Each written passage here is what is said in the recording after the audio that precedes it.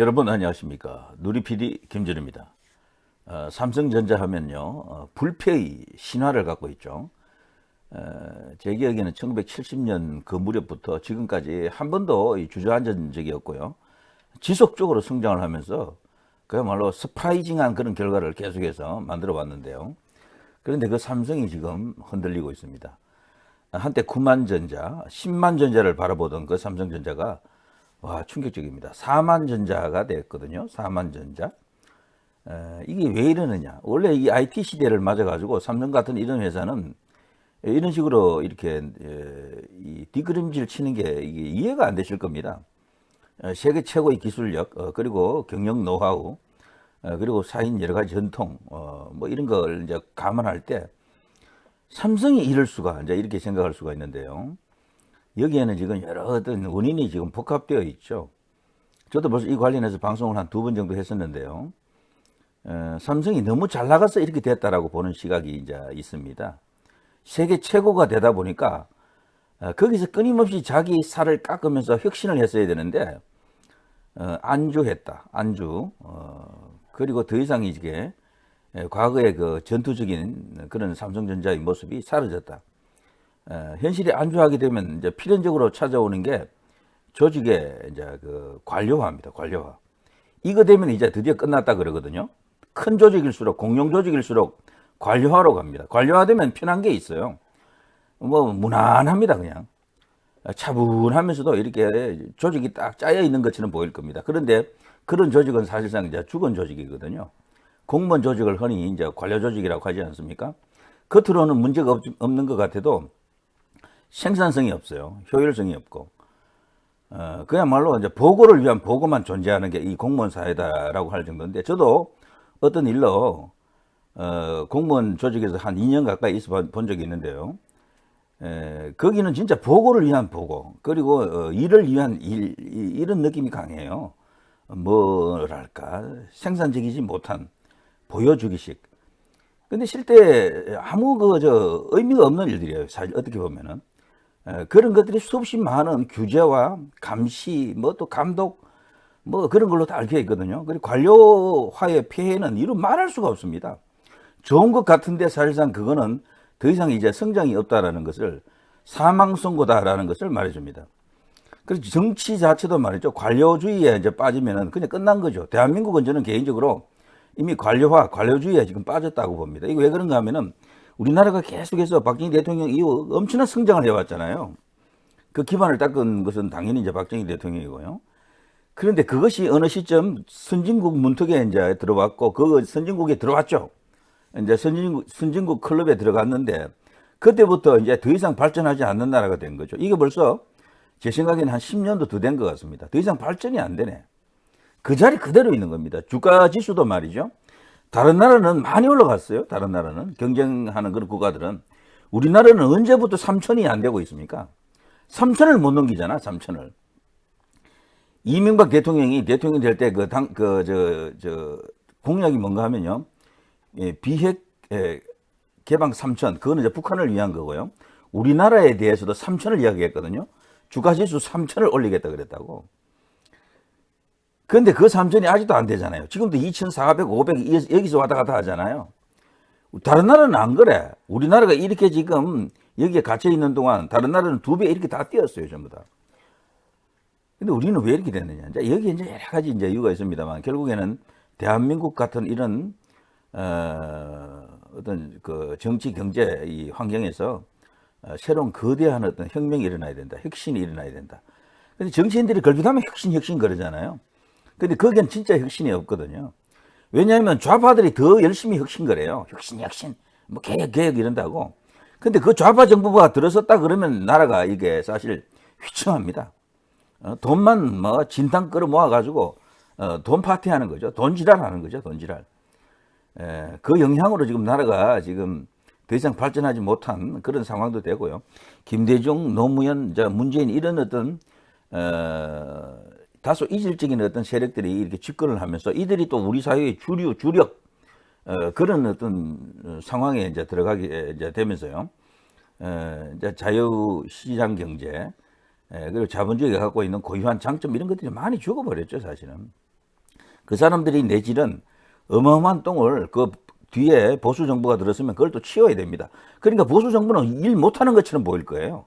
그 앞에 이제 좌파 정부들이 워낙 돈을 많이 이렇게 씁니다. 재정을 그냥 이만큼 방만하게 이렇게 운용한다고요. 공무원 숫자도 엄청 늘리고 막 그런 어떤 폐해들이 있죠. 그러니까 보수 정부들은 들었으면 돈이 없어. 돈이 없는 거야.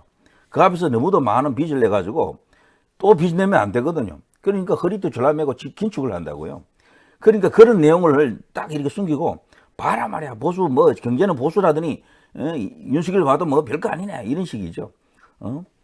이명박 때도 사실 얼마나 그 서브프라임 모기지 사태요, 리만 브라더스 사태 때문에 힘들었습니까? 그런데 세계에서 당시 전체적으로 전부 저성장 시대, 마이너스 성장 시대인데 한국이요 그때 당시 1위, 2위 수준이었습니다. 경제 성적표가 참 잘했습니다. 그런데도 돋보이지가 않는 거죠. 워낙 낮은 성장률이니까 상대적으로는 잘했지만 박근혜 대통령도 사실 잘했죠. 잘했지만 이게 눈에 드러나지 않는 겁니다. 왜냐하면 보수 정부는 작은 정부 긴축을 하거든요. 돈을 많이 뿌리지 않아요. 그러니까 국민들 보기에는 뭐 팍팍해 보이고 뭐 잘 안 돌아가는 것처럼 보인다고. 좋습니다. 제가 이런 이야기 하려고 한 건 아닌데 삼성이 이제 어렵게 된 것은 이 관료와 관료주의 이거 연결해서 이야기하는 사람들이 많습니다. 요 얼마 전에 제가 방송 하나 했던 것도 스티브 잡스가 한 이야기를 이제 이렇게 빗대면서 이렇게 했던 것 중에 한 개가 잘 나가던 조직이 갑자기 이렇게 무너질 때는 거기에는 반드시 관료화가 들어가 있다. 그리고 그 관료화의 핵심은 생산을 하는 생산 라인, 개발 라인 이쪽이 이제 그 조직의 중요한 의사 결정을 하는 게 아니고 관리 파트 있잖아요. 영업 파트. 그러니까 물건을 만드는 그쪽이 아니고 물건을 팔거나 관리하는 조직을 관리하는 사람들이 상층부에 이제 포진하기 시작하면은 이제 그 조직은 더 이상 이제 발전하지 못한다, 망한다라는 거죠. 당분간은 표가 안 나요. 근데 그게 5년, 10년 가다 보면 그냥 이렇게 꼴박는다는 얘기죠. 이건희 회장 때와 지금 이재용 회장 때가 좀 다르다 그래요. 전체적으로. 지금 현재 삼성을 지배하고 있는 사람들은 개발 라인에 있는 사람들이 아닙니다. 엔지니어들이 아니에요. 그러니까 이게 이제 순수한 이제 인문계통에 있는 사람들이 이제 상부에 앉아 있는 거예요, 지금. 자, 이런 사람들이 있는 조직에서는 얼핏 보면 뭐 무난하게 보일 겁니다. 그런데 여기는 아주 중요한 새로운 어떤 개발에 대한 그리고 새로운 기술에 대한 그런 장점들이 죽어버리죠. 지금 삼성이 어려움을 겪고 있는 것은 딴 거 없습니다. 솔직히 말해서 기술 개발에서 뒤처져서 그래요. 삼성이 세계 최고의 기술을 갖고 있는 회사인데 왜? 특히나 요즘 HBM이라고 하는 거 아시죠? AI에 필요한 광대역 메모리인데요. 이거를 지금 삼성이 못 만들고 있어요. SK 하이닉스는 이걸 만들었거든. 그래서 이걸 어마어마하게 지금 납품을 하고 있어요. 엔비디아라든가 등등에. 그 삼성은 지금 퇴짜 맞고 있거든. 기술이 안 돼, 아직. 못 만들었어. 시제품을 만들긴 만들었는데 이게 효율이 떨어져가지고 빠꾸 맞은 거야, 지금. 그래서 지금 뭐 비상이 걸렸습니다. 그거 만드느라고. 지금 AI 시대에 열리면서 이 수혜가 원래 삼성으로 갈 줄 알았는데 지금 SK 하이닉스로 지금 가는 거 아닙니까? SK 하이닉스는 난리 났습니다, 지금. 그것 때문에 삼성을 이기는 상황으로 왔어요, 지금. 근데 그 기술도 원래는 우리 한국에서 한국 반도체라고 작은 중소기업이 있는데 거기서 먼저 그 기술을 만들었는데 삼성에다가 그거 팔려고 그랬어요. 주려고 그랬어. 오만하게도 삼성이 그걸 거절했네. 이 사람이 근데 화가 나가지고 SK로 가가지고 SK 가져가 버린 거야. SK 하이닉스가. 거기서도 일단 큰 어떤 사달이 났고요.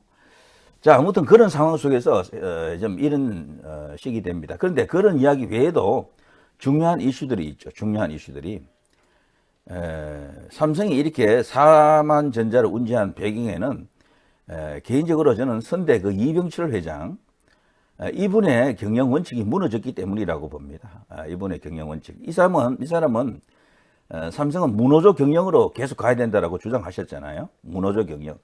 근데 언제부턴가 삼성에도 노조가 생겨버렸지 않습니까? 노조. 이게 생기면서부터 삼성이 갖고 있는 고유한 장점이 또 죽었습니다. 가령 여러분이 가는 그 삼성 AS 센터 있잖아요. 스마트폰 이 AS 받으러 한 번쯤은 다들 가보셨을 겁니다. 거기 그 직원들이 전부 노조원이 된 거야, 그러면은. 노조원이 되면 자기들 나름으로 또 이야기하는 게 있을 거 아니에요. 주장하는 게 있다고. 옛날처럼 그런 분위기가 아닐걸요. 노조원이 딱 되는 순간 뒷배가 있는 거지. 그러니까 이게 이제 소속감이 두 개가 생기는 겁니다. 삼성이라고 하는 회사에도 다니는 소속감도 있지만 나는 노조원이다라는, 그것도 민노총 노조원이다라는 이런 게 생기면은 이거 삐딱해지는 그런 상황이 오겠죠. 그럼 서비스에서도 문제가 생기고, 삼성이라고 하는 브랜드 자체가 갖고 있는 그 장점이 이제 하나씩 이렇게 이제 옅어집니다. 근데 이렇게 된 가장 큰 배경 중에는요, 문재인의 영향이 컸습니다. 삼성이 무노조 경영을 계속 해오자 대해서 여기에 대해서 좌파들은 계속해서 태클을 걸었잖아요. 문제를 삼고. 근데 문재인이가 가장 심하게 여기에 대해서 태클을 걸면서 이걸 그냥 드디어 뒤집어 버리고 말았죠. 그 당시 삼성 무노조 경영에 대해서 헌법이 보장한 노동기본권을 부정하는, 배척하는 위헌적 그런 권한 남용으로 이것은 심각한 문제다. 폐기돼야 한다라고 대통령이 되기도 전에 벌써 언급을 했었고요. 대통령이 되고 난 뒤에는 계속해서 압박을 했죠.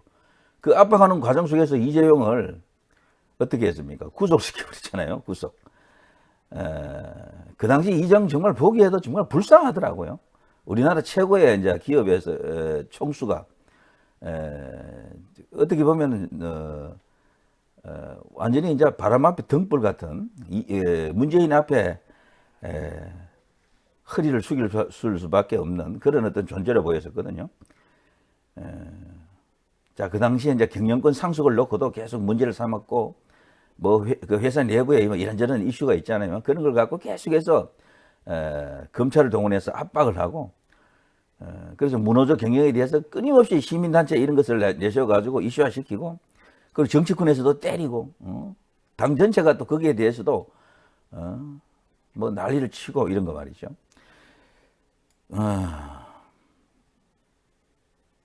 그리고요, 이런 고발이 있었습니다. 삼성 그 에이즈 센터에 이제 가면은 깨끗하고 친절했잖아요, 전부. 언제부턴가 노조가 생기면서 거기 뭐 플래카드가 걸리면서요. 우리는 로봇가 아니다. 우리는 데이터 유출 범죄자가 아니다. 네가 해라 수리 모드 뭐 이러면서 그런 것을 이제 이 고객들이 있는 그 매장에다가 떡하니 붙여놓고 뭔가 이렇게 데모하는 듯한 그런 분위기도 연출하고, 이러면 벌써 우리가 알던 삼성이 아니잖아요. 아무튼 무노조 경영이 깨진 것도 굉장히 큽니다. 이유 중에 하나가. 이러면서 삼성전자가 창사 이래로 정의 행위도 이제 발생했고, 여러 번 생산 차질이 또 우려될 수밖에 없죠. 거기다가 이제 결정적으로는 이제 오너인 이재용이 이제 어쨌거나 구속이 되면서요. 그것도 구속을 2번 했잖아요. 2번. 이게 컸습니다. 여기서 벌써 이재용이 상당한 기간을 이제 지내면서 회사의 중요한 의사결정에 이제 이렇게 차질을 줬죠. 그 때문에 오늘날 삼성이 더 어려워졌다라고도 볼 수 있습니다. 원래 좌파들이 대한민국을 무너뜨리기 위해서, 종북 좌파들이죠. 하나는 박정희 죽이기입니다. 자, 곁들여서 이제 이승만 대통령도 죽이기 하는데요. 근데 역대 대통령 지지율 보면은 박정희 대통령이 우뚝하잖아요. 이제 보수에서는 박정희 대통령이 한 명밖에 없어요. 다른 사람은 지지율이 없어, 그냥. 거의 1, 2, 3% 이렇거든. 박정희 대통령만 뭐 하기에 따라서 30%, 40%, 50% 이렇게 나온다고요. 근데 저들이 옛날부터 박정희 대통령 죽이는 게 필생의 목표였습니다. 그리고 또 하나는 삼성 죽이기였죠. 삼성 죽이기. 요 2개만 죽이면 끝난다는 거지. 대한민국은 더 이상 버틸 수 없다. 존재할 수 없다. 그런 연장선에서 이재용은 엄청나게 고통을 당했죠. 선대 이근희 회장 때까지만 해도요, 이제 직접적으로 그렇게 손을 못 댔는데, 이재용 대에 와서는 저들이 마음껏 그냥 유린했습니다. 예. 그리고 이재용은 구속됐다가 또 3년여 만에 또 재구속 당하고, 그 당시에 엄청나게 선처를 호소했거든요. 경제를 위해서. 삼성이 지금 중대한 시기다. 큰 투자를 해야 되는데, 그룹의 총수가 이런 시기 되면은 국가 경제에도 심각한 악영향을 준다. 이런 이야기거든요. 그 당시 외신에서는 1위 메모리 반도체 회사에 거대한 공백이 생긴다. 대규모 투자가 지연될 것이다. 삼성전자 총수 법정 구속에 대해서 정말 크게 보도했습니다. 외신들은. 그 당시 또 코로나19 상황이었기 때문에 더더욱 설상가상이었죠. 그 당시 반도체 업계에서는요, 그야말로 거대한 변화, 슈퍼 사이클이 왔었는데 여기에 삼성이 뒤처졌다라고 볼 수 있습니다. 정치가 우리 경제를 죽인 것이다. 삼성을 죽인 것이다. 그렇게 볼 수도 있겠죠. 그야말로 통합과 혁신의 시기에 리드가 갑자기 이제 이렇게 사라지면서 거대한 공백이 생겼다고 볼 수밖에 없고요. 이거는 한국 경제 전반적으로 크게 산업계 전반적으로 크게 그냥 부정적 영향이 갔다라고 이제 보는 겁니다. 그러면서 중국에서는요, 때다, 기회가 왔다. 중국 기업이 이제 드디어 이제 반도체에 대해서 삼성을 능가하려고 하는 그런 야심을 드러내기 시작했을 거예요. 그러면서 많은 기술도 빼가지고 갔었죠. 그러면서 일본은요, 우리가 지금 빼앗긴 반도체 혹은 전자 패권을 다시 찾자라면서 그래서 의욕을 또 갖는 게 또 이런 일들이고요. 자, 그리고 또 하나 삼성 이야기를 할 때 삼성에서 사실 그 기술 개발하는 엔지니어들 있잖아요. 고급 기술자들. 그분들에 대한 대우를 말이죠. 삼성이니까 잘해주겠지 생각했잖아요, 다들. 근데 의사들 평균 임금만큼, 수입만큼은 안 돼요. 안 냈대. 저는 개인적으로 그분들에게요, 의사들보다 더 많이 벌도록 해줘야 된다고 생각합니다. 그분들이 나가서 중국으로 가버리거나 뭐 기술이 이제 유출이 되게 되는 그런 여러 가지 어떤 그 요인이 생기는데 기술을 뭐 도둑질 해가는 것도 많지만 그 엔지니어들이 나가서 다른 회사로 가는 경우가 많아요. 특히 중국으로. 그걸 막아야 됩니다. 그러자면요, 통 크게 가져가야 돼요. 이 지금 현재 아까 관료화됐다 그랬잖아요. 얼핏 보면 좋아 보이죠. 인건비 절약하고 뭐 이렇게 경비 효율적으로 하고 이런 식이거든. 근데 이거는 망하는 회사입니다. 이거는. 돈을 조금 이렇게 펑펑 쓰더라도 확장을 시켜 나가야 돼요. 확장을. 관리 중심으로 가버리면 더 이상 발전이 없어요. 이건 회장이 경계했던 거거든. 이거는. 마누라하고 자식 빼고 다 바꾸라 그랬는데 지금 그 정신으로 돌아와야 되고요. 옛날에는 정말 삼성에서 회의한다 그러고 하면요, 난리 났대요. 뭐 모든 부처가 다 모인다고 하더라고요. 그래서 그야말로 이제 실전형 진검승부를 벌였다라고 하던데 진짜 뭐 10시간, 12시간 그런 회의를 했대요. 오줌 누러 가는 것도 눈치가 보일 정도로 진짜 사무만 상태에서 그냥 그야말로 이제 혈투구가 이제 벌어지는 거지. 이제 그런 식으로 이건희 회장 때는 했다는데 그 이재용 회장 때는 그게 없다 그래요. 그런 문화가 사라졌대요. 그리고 옆 파터, 옆에 사무실에 누가 있는지도 모른다 해서로 이런 식이 되면 이제 조직이 완전히 이제 공무원이지. 이래 되면 공무원. 이거 안 되고요. 자, 거기에 어쨌거나 뭐 여러 가지 어떤 복합적입니다. 삼성이 다시 살아나지 않으면 대한민국은 여기서 이제 머물 수밖에 없습니다. 여기가 끝이에요. 더 이상 성장 못하는 한국이 된다라고 볼 수밖에 없습니다. 지금은 정부 주도로 발전하는 시대가 아니거든. 기업이 잘해야 돼요. 기업이. 선진국은 정부가 역할이 그리 크지 않아요. 후진국은 정부가 큰 일이 있는데 역할이 큰데 이미 우리나라 같은 이렇게 큰 사이즈가 되면요, 정부가 어떻게 할 수 있는 게 많지 않습니다. 경제 사이드에서는. 결국은 기업들이 다들 실적을 낼 수 있도록 발전할 수 있도록 그런 식으로 정부가 끊임없이 이 계획에 뒷받침을 해야 되겠죠.